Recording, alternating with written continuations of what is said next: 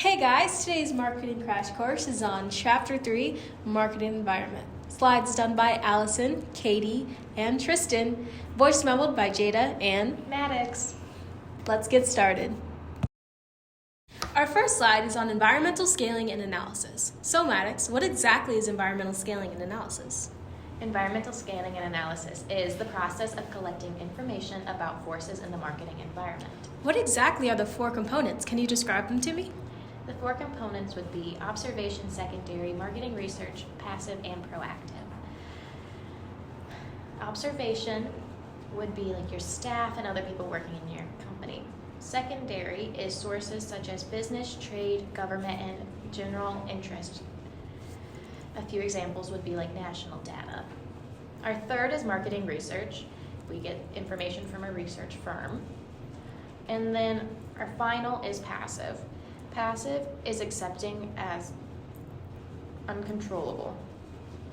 Proactive is attempting to influence and shape things.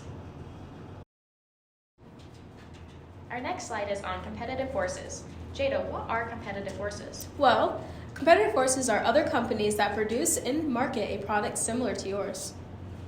Jada, what are the four types of competitive forces? Well, we have brand, product, generic, and total budget. Can you describe those for me? Yeah, of course. Brand is firms that market products with similar features and benefits to the same customers at similar prices. Product are firms that compete in the same product class but market products with different features, benefits, and prices. Generic firms that provide very different products that solve the same problem or satisfy the same basic customer needs. And total budget are firms that compete for the limited financial resources of the same customers. Our next subject is competitive structures. Maddox, what exactly are competitive structures? Well, we have four different types of competitive structures. The first one being a monopoly, the second one being an oligopoly, the third one being a monopolistic competition, and our fourth one being perfect competition. On our next slide, we're going to be discussing economic forces. Jada, can you explain economic forces? Well, there's changes in the general economic conditions that would affect supply and demand, and there's also the business cycle, which is changes in the economy that follow a general pattern. There also is a growth pattern that follows this, which go through prosperity, recession, depression, and recovery. Lovely. Can you explain what prosperity means? Of course, prosperity is low unemployment and relatively high total income, which together ensures high buying power. Now, what about recession? Well, recession is a stage of the business cycle during which unemployment rises and total buying power declines. Which leads into depression. What does that mean? A stage of the business cycle when unemployment is extremely high, which wages are very low, and consumers lack confidence in the economy. And then we move on to recovery.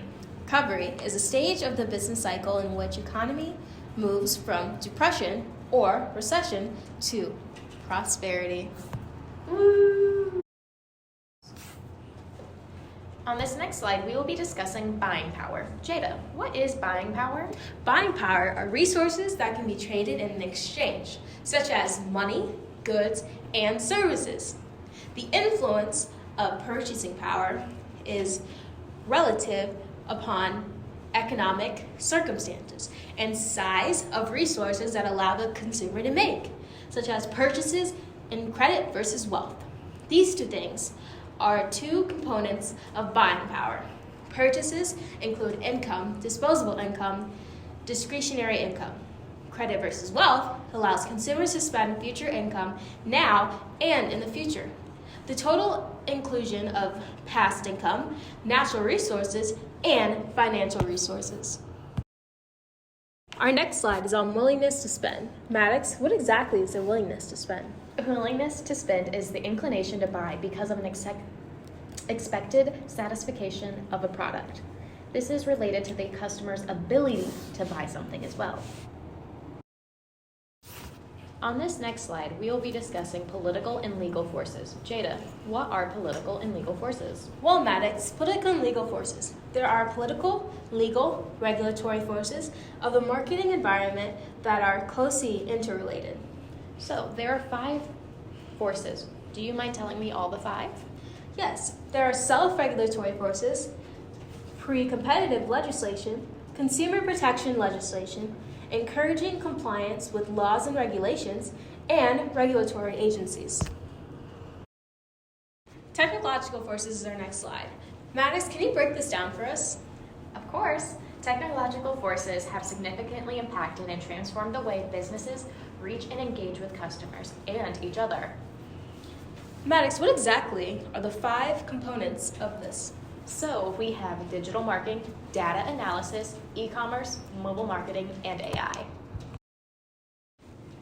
On today's final slide, we are going to be discussing sociocultural forces. Jada, do you have any information on this for me? Yes, I do, Maddox. Sociocultural forces are basically market activities that are influenced by beliefs and values regarding family, religion, education, health, and recreation.